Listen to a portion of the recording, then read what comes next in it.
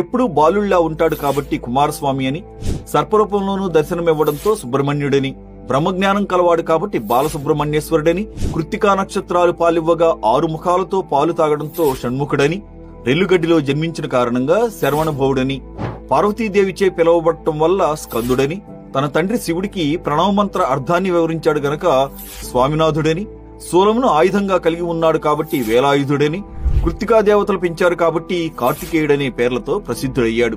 అమిత జ్ఞానం, బలపరాక్రమాలు, యుద్ధతంత్ర నైపుణ్యం కలిగిన బాల కార్తికేయుడు కొన్నాళ్లకి తను అవతరించిన కారణాన్ని తెలుసుకుని దేవతలను పీడిస్తున్న రాక్షసుడు తారకాసురుడి మీద యుద్ధానికి తల్లి పార్వతీదేవి ఇచ్చిన వేలాయుధాన్ని చేపట్టి బయలుదేరాడు. బాలుడు తన్నేమీ చేయలేడన్న ధీమాతో తారకాసురుడు ఉండగా విజృంభించిన కార్తికేయుడు రాక్షస సంహారం చేయడంతో పాటు దేవతలకు సేనాధిపతిగా నియమించబడ్డాడు. Download ShareChat.